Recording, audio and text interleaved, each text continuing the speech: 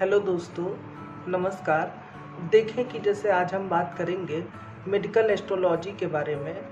देखें कि रोग ज्योतिष जो है, ये ज्योतिष की एक ऐसे तो पूरी पूरी शाखा है, लेकिन आज मैं मोटा माटी आपको बताने का प्रयास करूंगा कि कुंडली में रोग कैसे देखा जाता है।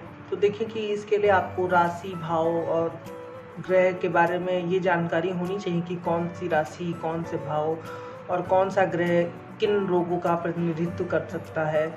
तो देखें कि जैसे पहले तो कालपुरुष की कुंडली से ही समझ लीजिए कि जैसे पहला भाव है, तो पहले भाव में कालपुरुष की कुंडली अर्थात उसमें मेष राशि पड़ेगी। तो पहला भाव हमेशा सर का, मस्तिष्क का प्रतिनिधित्व करता है, चेहरे का।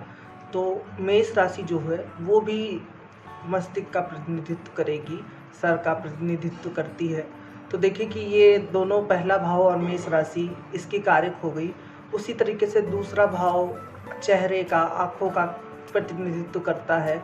मतलब कि यदि इस भाव में क्रूर ग्रहों का प्रभाव हो, यानी कि द्वितीय भाव पर क्रूर ग्रहों का प्रभाव हो, और वृषभ राशि, क्योंकि कालपुरुष की कुंडली में वृषभ राशि द्वितीय भाव में पड़ती है। अब आप किसी भी लग्न की कुंडली बना लें, जैसे मान लीजिए कि तुला लग्न की बनाए, तो भी उसमें जो वृषभ राशि किसी भी भाव में पड़ेगी, तो वो हमेशा चूंकि वो कालपुरुष में द्वितीय भाव में पड़ी थी, इसलिए वो जो वृषभ राशि है वो हमेशा चेहरे का और आँखों का ही प्रतिनिधित्व करेगी, उसका प्रतिनिधित्व बदल नहीं जाएगा। तो इस बात को ध्यान रखिएगा कि राशि जो कि मेष, वृषभ, मिथुन, कर्क जिस हिसाब से घूमती हैं, तो वो सभी प्रथम भाव जिस हिसाब से प्रतिनिधित्व करते हैं रोगों का, उसी हिसाब से राशियाँ भी उनकी कारक मानी गई हैं। तो जैसे देखिए कि तीसरा भाव गले का है, भुजाओं का माना गया है। तो तीसरी राशि कौन सी होती है? मिथुन होती है। तो ऐसे ही आप चलते चलते जब आगे बढ़ेंगे, जैसे कर्क हृदय का आ जाएगा, और भी जो हृदय के आसपास के अंग होते हैं। फिर उसके बाद सिंह आएगा, फिर कन्या, फिर तुला। ऐसे ऐसे जैसे जैसे आप अंतिम राशि पर पहुंचेंगे, तो आपको सभी शारीरिक अंग मालूम पड़ जाएंगे कि कौन सी राशि किस शरीर का अंग के प्रतिनिधित्व करती है और कौन सा भाव किस शरीर के अंग का प्रतिनिधित्व करता है। तो देखिए कि जैसे कर्क राशि हृदय का प्रतिनिधित्व करती है, सिंह राशि उससे नीचे के अंग का प्रतिनिधित्व करती है, पेट से हल्का ऊपर। कन्या राशि पेट का प्रतिनिधित्व करती है। तुला राशि पेट से हल्का नीचे का प्रतिनिधित्व करती है। लिंग का भी प्रतिनिधित्व तुला राशि करती है, लेकिन उसका आधा प्रतिनिधित्व वृश्चिक राशि के पास भी दिया गया है। ऐसे ही आप भाव को भी समझ, जैसे मैंने बताया कि कर्क राशि हृदय का प्रतिनिधित्व करती है, तो फिर चौथा भाव भी हृदय का कारक माना गया है।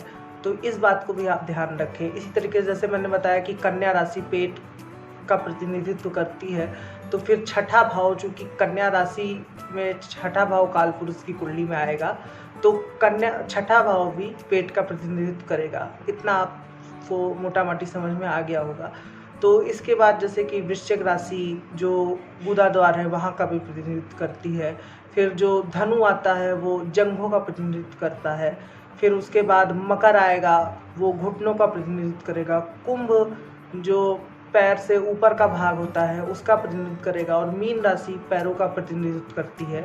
मीन राशि को बाईं आंख का भी प्रतिनिधित्व दिया गया है, कुछ लोग ऐसा मानते हैं। तो इसी प्रकार से जैसे मैंने राशियों का आपको बताया, इसी प्रकार से भावों का भी है। हालांकि राशियों से ज़्यादा भाव महत्वपूर्ण होता है, ये बात ध्यान रखिएगा। लेकिन फिर भी मैंने बता दिया है कि राशियाँ भी इन अंगों का प्रतिनिधित्व करती हैं। अब बात करते हैं ग्रहों की। ग्रह में जैसे कि सूर्य आँखों का कारक माना गया है, मंगल शरीर में खून का कारक माना गया है, सूर्य हृदय का भी कारक माना गया है। इसी तरीके से गुरु से संबंधित भी बीमारियां होती हैं, जैसे कि डायबिटीज हो गया, और पेट से संबंधित जो बीमारियां होती हैं। बुध शनि चमड़े का कारक माना गया है। बुध भी स्किन का कारक माना गया है, स्किन से रोगों का कारक भी बुध माना गया है। और शनि भी इसमें आता है, दांतों के रोग के लिए बुध कारक माना गया है। ऐसे ही सभी ग्रहों का अपना अपना है, आप चाहे तो पढ़ सकते हैं। लेकिन आज जो मैं बताने जा रहा हूँ आप उसको ध्यान में रखिए। ये तो अगर मैं एक एक ग्रह का बताने लगूँगा तो काफ़ी लंबा विषय हो जाएगा। आप इस विषय को गूगल पे या कहीं पे भी पढ़ लीजिएगा, आपको अच्छे से समझ में आ जाएगा। आज मैं ये बताने जा रहा हूँ कि कुंडली में कैसे मालूम पड़ता है कि जातक को ये रोग हो सकता है। तो देखिए कि जैसे आप कोई भी कुंडली देखते हैं, जैसे मान लीजिए कि किसी की मिथुन लग्न की कुंडली है, आपने मिथुन लग्न लिया तो और फिर आपने देखा कि मिथुन लग्न की कुंडली में जो चौथा भाव है उस पे शनि की दृष्टि है। ठीक, तो चौथा भाव जैसा कि हृदय को प्रतिनिधित्व करता है, तो जो कि शनि की वहाँ पे दृष्टि आई, ये तो पहली बात हो गई। उसके बाद आपने देखा कि कर्क राशि भी थोड़ी पीड़ित नजर आई, मतलब कि कर्क राशि में राहु केतु जैसे ग्रह बैठे हैं। तो इस तरीके से जितना भी पीड़ा, मतलब जितना भी जो होता नहीं, नकारात्मकता बढ़ती जाएगी ग्रह राशियों और सब पे, तो उस हिसाब से वो रोग कुंडली में परिलक्षित होगा। जैसे एक और उदाहरण लेते हैं कि जैसे मान लीजिए कि किसी की कुंडली है, सिंह लग्न की कुंडली है। सिंह लग्न की कुंडली में आपने देखा कि सिंह लग्न की कुंडली है और आपने देखा कि वहाँ पे वृषभ राशि में राहु केतु जैसे ग्रहों की स्थिति है। ये एक बात हो गई। अब फिर आपने पाया कि द्वितीय भाव में शनि बैठा है सिंह लग्न की कुंडली में, तो ये दो बात हो गई, क्योंकि वृषभ राशि जैसा कि आंखों का प्रतिनिधित्व करती है, द्वितीय भाव भी आंखों का कारक माना गया है, तो वहाँ शनि का प्रभाव आना। फिर आपने देखा कि सूर्य जो है वो भी शनि के दृष्टि में है या कहीं पाप ग्रह में नीच का पड़ा हुआ है, अस्त है, मतलब सूर्य तो अस्त नहीं हो सकता है लेकिन पाप ग्रह के साथ बैठा है। तो आपने इस तरीके से तीनों फैक्टर जो होते हैं आंखों के कारक माने गए हैं, सूर्य, द्वितीय भाव, वृषभ राशि, मीन राशि भी आंख का कारक मानी गई है, बाईं आंख का, और चंद्रमा भी आंख का जो उसमें पानी और वो होता है उसका भी कारक माना गया है।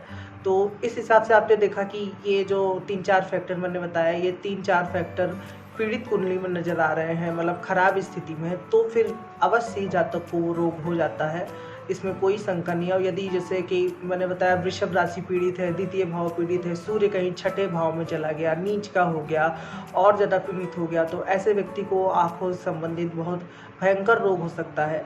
अब जैसे बहुत लोग कहते हैं कि एक भाव कई मतलब अंग का प्रतिनिधित्व करता है, तो ये कैसे जाने कि किस अंग में रोग लगेगा। तो आप उस भाव से संबंधित, जो भाव पीड़ित है उससे संबंधित ग्रह भी देख लें कि वो ग्रह तो नहीं पीड़ित है, और उस भाव से संबंधित जो काल पुरुष में राशि आती है वो भी देखें कि वो तो नहीं पीड़ित है। अब जैसे एक और बात करते हैं कि जैसे मान लीजिए कि किसी का वृश्चिक लग्न की कुंडली है, ठीक, वृश्चिक लग्न की कुंडली में मान लीजिए लग्न को शनि देखता है और 8वें भाव में केतु बैठा है। तो जैसा कि मैंने बताया कि वृश्चिक राशि जो कि गुदा द्वार का प्रतिनिधित्व करती है और फिर 8वें भाव में राहु बैठा है, तो ये दो बात हो गई। और फिर आपने देखा कि राहु भी पीड़ित है, मतलब उसको शनि देख रहा है या फिर सूर्य के साथ बैठा है, इस तरीके से, क्योंकि राहु भी बवासीर जनित रोग का कारक माना गया है। या केतु मान लीजिए उसमें 8वें भाव में बैठा है, मतलब 8वां भाव पीड़ित होना चाहिए, मोटा माटी ये समझिए। तो आपने देखा कि 8वां भाव भी पीड़ित है, 8वीं राशि जो कि लगन में पड़ी वो भी पीड़ित है, तो इस हिसाब से आप ये अनुमान लगा सकते हैं। और रक्त का कारक यदि मंगल भी बहुत ज़्यादा अच्छी स्थिति में नहीं हुआ, मतलब वो भी पीड़ित है, पाप ग्रहों से युक्त है, दृष्ट है, तो फिर आप ये अनुमान लगा सकते हैं कि व्यक्ति को हो सकता है कि पाइल्स के रोग होने की संभावना है। ऐसे ही कई चीज़ें हैं जो कुंडली में देखी जाती है। जैसे मीन राशि मैंने बताया कि पैरों का प्रतिनिधित्व करती है, तो यदि मीन राशि पीड़ित है और 12वां भाव भी पीड़ित है तो व्यक्ति को पैर में चोट लगने की संभावना होती है। अब दूसरी बात करते हैं कि जो एक बात और है कि पूरी कुंडली में छठा जो भाव होता है उसको रोग का कारक भाव ही माना गया है। रोग रिपोर्ट में जो रोग आता है वो छठे भाव में आता है, तो आप इसको नज़रअंदाज नहीं कर सकते हैं। यदि मतलब छठे भाव का स्वामी बहुत बलवान होता है, मतलब कुछ एक कुंडलियों में वो अच्छा भी माना जाता है, लेकिन अधिकतर छठे भाव का स्वामी बहुत बलवान नहीं होना चाहिए, वो अच्छा नहीं माना जाता है। और छठे भाव में जो ग्रह जाकर के बैठ जाता है, भले ही वो उच्च का ही हो जाए, वहाँ पे उस ग्रह से संबंधित भी जातक को रोग लगने की संभावना प्रबल रहती है। षष्ठेश जहाँ पे बैठा होता है, मतलब जैसे कि मान लीजिए छठे भाव का स्वामी पंचम भाव में बैठा है, द्वितीय भाव में बैठा है, तो वो जो भाव में जहाँ बैठा है वो भाव जिस अंग का प्रतिनिधित्व करता है वहाँ पे भी रोग लगने की संभावना होती है। ऐसे ही अष्टम भाव लंबी चलने वाली बीमारी का कारक है। जैसे छठे भाव में किसी को अष्टक वर्ग में बहुत ज़्यादा बिंदु मिल जाए, लगन में कम बिंदु है, तो भी व्यक्ति को भारी रोग होने की संभावना रहती है। ऐसे ही अष्टमेश भी जहाँ पर होता है, और जैसे मान लीजिए कि अष्टमेश आपने देखा कि जैसे द्वितीय भाव में है तो ये खराब माना गया। अब लेकिन आपने देखा कि द्वितीय भाव में अष्टमेश बैठा है वो तो खराब हो गया, लेकिन यदि मान लीजिए अष्टमेश शनि जैसा ग्रह हुआ तो निश्चित ही एक तो शनि का द्वितीय भाव में बैठना, ऊपर से अष्टमेश होके बैठना, ये खराब स्थिति हुई। और फिर आपने मान लीजिए कुंडली में देखा कि वृषभ राशि भी पीड़ित है तो ये और खराब स्थिति हो गई। तो इस तरीके से आप मोटा माटी अनुमान लगा सकते हैं कि जातक को ये रोग हो सकता है। और चूंकि अष्टमेश होके वहाँ पे बैठा है तो दीर्घकालिक चलने वाला रोग हो सकता है। तो आशा करता हूँ कि आपको ये वीडियो अच्छा लगा होगा। इस पे और भी वीडियो हम बनाएंगे, आप इस वीडियो को लाइक कर सकते हैं और मेरा चैनल जरूर से सब्सक्राइब करें। आज के लिए इतना ही रखते हैं, धन्यवाद।